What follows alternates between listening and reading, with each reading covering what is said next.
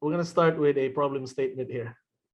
So we look at all these graphs, right? These are studies of productivity, and these are available online. So when you get a chance, just take a look at it. And the common thing is construction productivity is really lagging compared to other industries like manufacturing, agriculture, transportation, aerospace. And the last 20 some years, there has been an adoption to lean, but it's still not the entire construction industry. So this productivity problem can be a lot of things. It could be just symptoms of, it's a sickness, right? And the sickness could be just, hey, passing on risks. It's trying to predict and plan and not adapting to changes. Might be the complexity of projects. Might be the way we organize our contracts. It might be uh, uh, the communication or just a mindset problem, right? So the Lean Construction Institute, and Mihan, if you can go scroll to the left on that study that they did with Dodge, right? It shows that uh, projects that are delivered traditional compared to projects delivered using lean methodologies actually are twice more uh, certain as far as budgets and three times as much as predictability in schedule. So the answer is really lean, right? If lack of uh, productivity is the sickness, lean is the medicine. Now, what is lean, right? So in lean can be defined in this quote by Taiichi Ono. This is just the definition of lean at its core, right? And he said that all we are doing is looking at the timeline from the moment the customer gives us an order to the point when we collect the cash, right? And we are reducing the timeline by reducing the non-value adding waste. So Taiichi Ono is the father of the Toyota production systems, which he regretted. He should have called it the thinking people systems. And so what really lean is all about is you deliver value by just focusing on the throughput, right, of your services or your products. By shortening that lead time, and the way you shorten the lead time is to improve your processes and elimination of waste. So that's lean at its heart. So maybe another way to look at it too is just like this idea to cash or customer, creating an order to actually getting paid for it. McLeany curve is a good example, maybe just to look at as far as some of these approaches, end to end. And if we look at, for instance, some of these, and Crom and I have just kind of roughly tried to put them, but there are approaches across the end-to-end delivery as far as how to deal with those. And agile, at least the way that we've been seeing them, agile frameworks and like Scrum, Kanban, Scaled Agile Framework, and there's many others under this umbrella. Some of them cover parts of this, some of them cover end-to-end, but really the problem that we're trying to solve is this end-to-end delivery and making sure that this is the quickest and most efficient way to deliver stuff to the clients. Obviously, when we start merging software and lead times or inventory, that can all different scenarios or different contexts for different industries, but still in general we're trying and working to make this as efficient as possible. So one of the ways to look at how to make this end-to-end more efficient is to look at it from a perspective of what we in Agile call both being Agile and doing Agile. So when you look at being Agile, this is like where we have the mindset and culture. Think of mindset in each of the roots as being mindset. The culture is something that we collectively share, those values and beliefs. Then we have the governance. These are your frameworks. This is how you processes. And then, your practices might be something like daily stand-ups. So a lot of times what most companies do is focus on the top right. It's easy to apply and change and adopt like Scrum framework. It's very difficult to change the culture and mindset. So it's about both being agile and doing agile. And there's a difference between agility and agile. You can do agile all day long and not be your organization or not have agility in construction.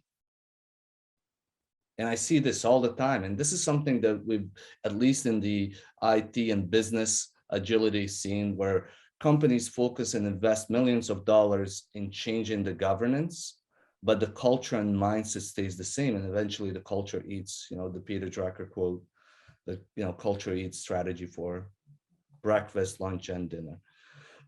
There are many frameworks under the Agile umbrella. Scrum is just one of them. And think of these as different recipes. And a lot of times people use Agile and Scrum interchangeably. Agile is just this bigger approach of doing and being agile. And as a result, you're creating agility in your organization. So that's one way to look at it. Another way to look at these four is what I call them in my upcoming book, the four lenses. So you can look at your organization through, it's the same organization, but you're looking at it through four different lenses. So for instance, do we have a learning mindset and manufacturing mindset where we focus on eliminating waste and we focus on customers? Do we have leadership at all levels in designating and decentralizing decision-making? Practices like Scrum framework and practices within Scrum framework.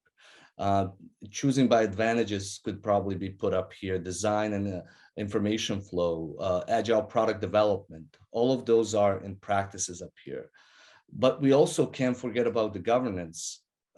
This is where you've probably seen it. If you haven't, in the construction industry, you'll see it in the next 5 or so years, depends how, but there's a shift from project to product. In Scrum, it's a product backlog, it's a product owner. So there's a huge shift moving from, to end-to-end products or value streams. Conditions of satisfaction, integrated project delivery, that would be related to governance. And obviously then creating the transparency within the organization, taking empirical approach and inspect and adapt, failing fast and often, having shared values and beliefs around how we're going to do things. So when we look at organization, it's not just picking one of these, it's seeing the interplay between all four of them. And pretty much whatever you do in your organization can be mapped to one of these four.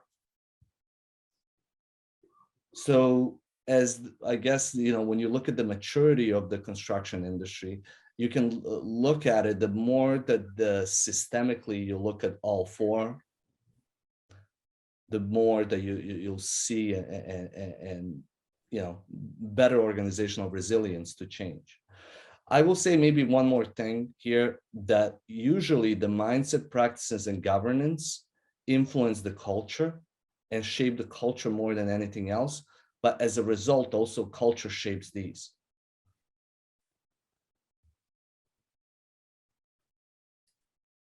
So maybe just a couple of things here around agility. So couple of thoughts that Crom and I had that we wanted to share is that, due to all of this, all of the challenges that Crom kind of highlighted and that probably you've seen, there's increased need to integrate end-to-end delivery.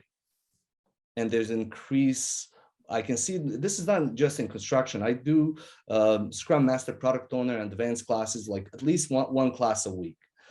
And I can tell you that in the last 6-7 months, I'm seeing people in those classes from construction, from like doctors, lawyers, or medical field, I guess, not doctors, but more of medical field. And there's more and more people that are just trying to figure out how to deal with the increasing complexity in the workplace. So you'll see some of these approaches that are leaking. Same way that lean started in car manufacturing, and then it kind of blew into almost every industry. Agile is going to do the same. So it's not just about agile. You don't have to do agile. In the agile community, we talk about just getting away from using even term agile. But like, is your organization fit? And Crom described the construction industry as sick. I wouldn't call it sick. I would say that it's for most part unfit for purpose. If you look at just how much waste is created and what the potential is, I would call it unfit. But maybe that's just my perspective. So agility in construction is ability to compete and thrive by quickly responding to the market changes and emerging opportunities with innovative solutions, countermeasures, and products. And agility in construction requires that everyone involved in delivering solutions use lean, agile mindset practices, governance culture, and continuously deliver innovative, high-quality products and services faster than the competition. So if you do Scrum, if you do whatever you do, this is going to be the and lean and agile, I guess, we put them here, but it's not just lean and agile. It's, there are other families, like systems thinking and things like that are a much bigger part of this.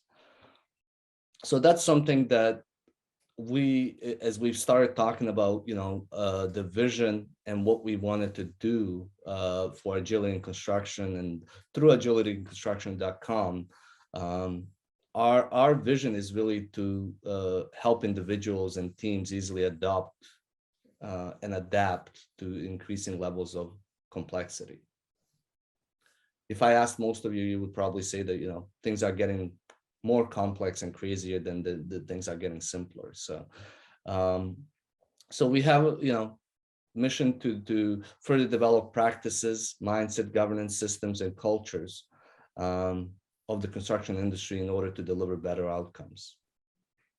So, our goal is really over the next 5 years or so is to accelerate evolution of the construction industry, to merge and to bring different industries or what we've learned across different industries and just share with each other. So we've created platforms like this. We want to do studies. We want to do anything that would help with this. And we want to create platform for people, for instance, like speakers today, to share what they're doing.